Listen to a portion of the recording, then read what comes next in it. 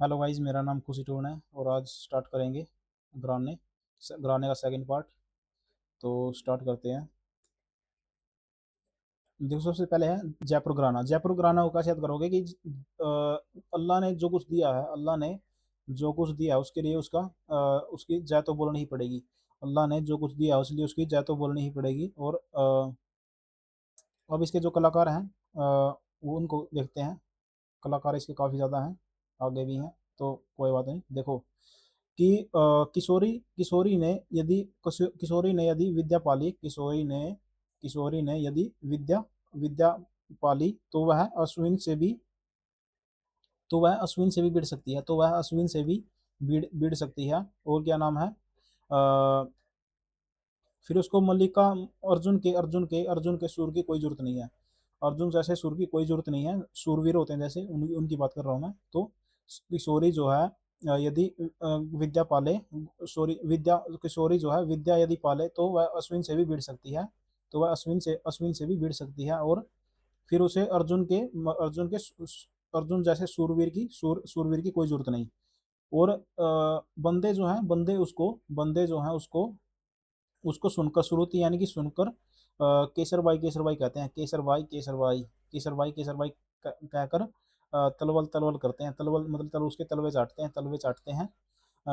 बंदे उसको, उसने विद्या पाई हुई है किसने, किशोरी ने। तो बंदे उसको क्या नाम है, केसर भाई कहकर जब उसको सुनते हैं तो केसर भाई कहते हैं और उसके तलवे चाटते हैं।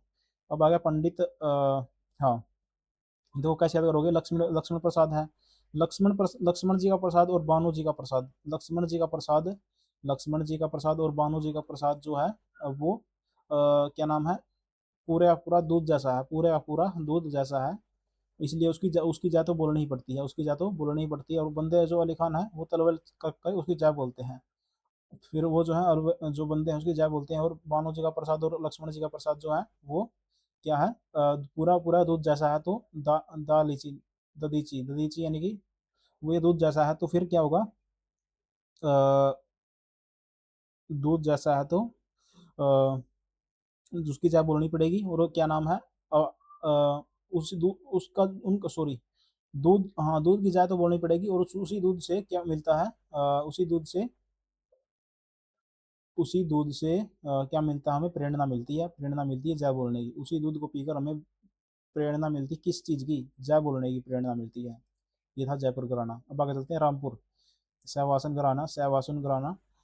तो कैसे याद करोगे कि मतलब कि महबूब तो राम जैसा होना चाहिए। राम जैसा होना चाहिए। सहसवान सहसवान यानी कि सीलवान होना चाहिए। महबूब तो राम जैसा सीलवान होना चाहिए। और इनायत यानी कि नेक होना चाहिए। महबूब तो राम जैसा अ, सीलवान और नेक होना चाहिए। और क्या नाम है, गुलाम मुस्तफ़ा खान। अब आगे, आ गए हम इन चीज़ों पे आगे। तो कैसे याद करोगे इनको। देखो, जो गुलाम मुस्तफ़ा खान थे और उस्ताद निसार खान थे। तो जो मुस्तफ़ा थे, गुलाम मुस्तफ़ा, वो कैसे थे, वो बंदे, वो उसकी उनकी जो सादगी थी वो उनकी हुस्न की थी। उनकी गुलाम मुस्तफ़ा की जो सादगी थी वो उस उनकी हुस्न की थी। और क्या नाम है, और जो उस्ताद थे वो क्या होते थे, जो उस्ताद थे वो निसार होते थे उन पर। किस पर, गुलाम मुस्तफ़ा पर। क्यों, क्योंकि वो राम जैसे बंदे थे। उनकी सादगी उनकी हुस्न की थी। और बंदे उस्ताद जो उन पर निसार होते थे। और उस्ताद खान सुलोचना। सुलोचना तो आगे आएगी। उस्ताद राशिद खान यानी कि राशि देते थे। उस्ताद जो है उनको राशि देते थे और उन पर निसार होते थे क्योंकि वो राम जैसे बंदे थे। गुलाम मुस्तफ़ा और मुनीर। मुनीर यानी कि मुनीर, मुनी जैसे बंदे थे। बिल्कुल मुनी जैसे, राम जैसे मुनि जैसे बंदे थे। अब आगे सुलोचना जो है वो तो जान है। सुलोचना तो शान और जान है। शान और खान नहीं बोलेंगे, या जान बोलेंगे। किसकी, बृहस्पति जो कि देवता के गुरु हैं, राम जी के गुरु हैं। सुलोचना जो है किसकी जान और शान है, बृहस्पति जी की, और जो किसके गुरु हैं, राम जी के गुरु हैं। अब रायगढ़ घराना और छत्तीसगढ़। जो राजा चक्रधर थे वो छत्तीसगढ़ में क्या थे? राजा चक्रधर छत्तीसगढ़ के राजा थे, ऐसे याद कर लो। राजा छत्ती आपने पहले भी देखा होगा ये क्या नाम है फेस्टिवल में, राजा चक्रधर था वहाँ पर उनका जो फेस्टिवल है छत्तीसगढ़ में। तो फिर जो राजा चक्रधर थे वो क्या थे? छत्तीसगढ़ के राजा थे।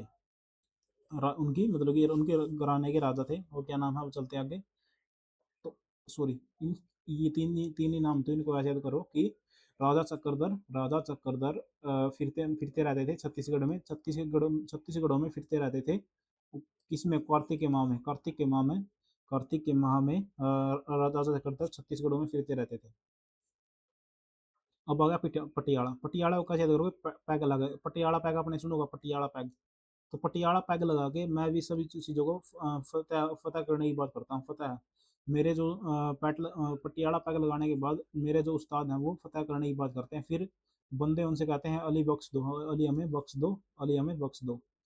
अब पटियाला घराना दिल्ली घराने की एक शाखा, मतलब जो पटियाला घराना है वो एक दिल्ली घराने की एक शाखा मानी जाती है। और मूल स्थापना इसने मियाँ कुल्लू ने की थी, इसकी कुल्लू ने। अब जो बड़े बड़े गुलाम हैं पैग लगाने के बाद, बड़े बड़े गुलाम हैं वो भी अजय बन जाते हैं, अजय चक्रवर्ती बन जाते हैं। बड़े बड़े गुलाम भी पैग लगाने के बाद अजय चक्रवर्ती बन जाते हैं। परवीन जो है सुल्ताना बन जाती है। परवीन जो है सुल्ताना बन जाती है, और बेगम जो है अख्तर बन जाती है। बेगम जो है अख्तर बन जाती है पैग लगाने के बाद। और नैना देवी की जो निर्मला देवी थी, नैना पटियाला पैग लगाने के बाद नैनो से अ, निर्मल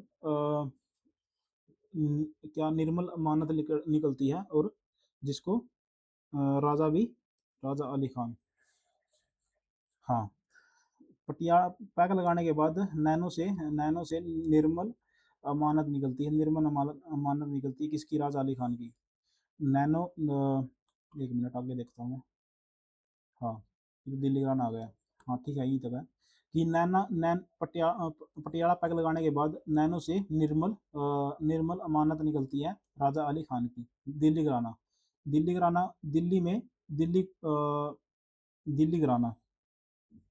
हाँ, दिल्ली में तो क्या है, दिल्ली में तो उस्ताद को मैम मैम बोलते हैं, मैम मैम बोलते हैं। फिर जब मैम मैम बोला तो उस्ताद बोला तना बड़ा रसा रहा है, तना बड़ा रसा रहा है सब्बू से सब्बू खान तना बड़ा रसा रहा है। मतलब कि मुझे उस्ताद को जब दिल्ली में मैम मैम बोलते हैं तो तना बड़ा रसा रहा है, ये के प्रवक्ता हैं, प्रमोटर। अब चांद खान, अब कैसे याद करो देखो, कि उसकी मान ले, उसकी उसकी उस्मान यानी उसकी मान ले भाई, उसकी उसकी मान ले। दिल्ली में तो चांद को हर सॉरी इकबाल यानी कि एक एक बालक के चांद को क्या माना जाता है? सिर का माना जाता है, सिर का। उसकी मान ले भाई। दिल्ली में तो एक एक बालक के चांद को एक एक बालक को चांद के रूप में माना जाता है और सिर का माना जाता है। उसकी मान ले, दिल्ली में तो अ, हर एक बालक को इकबाल यानी कि हर एक बालक को चांद के रूप में माना जाता है और सिर का माना जाता है, वही सभी का सिर है। तो कहाँ पर आ गया यहाँ पर? बिस्ट, बिस्ट। तो कहाँ पर आ गया? क्वेश्चन यहाँ पर बिस्ट, दिल्ली में मतलब कि बच्चे को सिर का माना जाता है। अब आ गया भिंडी बाजार कि उस्ताद जो थे वो छज्जे पर भिंडी उगाते थे, उस्ताद जो है छज्जे पर भिंडी उगाते थे। अ, उस्ताद अमन अली खान ये देखो। हाँ, अब आगा मेवाती राना आएगा इसके बाद, तो यहीं तक है ये देखो। जो लता मंगेशकर ने क्या किया? लता मंगेशकर ने शशि कपूर को अपनी कला दिखाई। लता मंगेशकर ने शशि कपूर को अपनी कला दिखाई तो अ, अंजना बाई को उस्ताद जो है, उस्ताद को अमन आया, अमन की नींद आई, मतलब अमन को अमन आया। लता जी जो हैं वो क्या नाम है, शशि कपूर को अपनी जब उन्होंने कला दिखाई तो अंजनी बाई थी, अंजनी बाई ने और लता मंगेशकर ने जी ने जब शशि कपूर को अपनी कला दिखाई तो जो उनके उस्ताद थे उनको भी अमन आया यानी कि अमन चैन आया जब उनको कला दिखाई। अब आ गया मेवाती की रानी की मेवा खाने से नज़र नज़र जो है तेज होती है, मेवा खाने से नज़र जो है तेज होती है।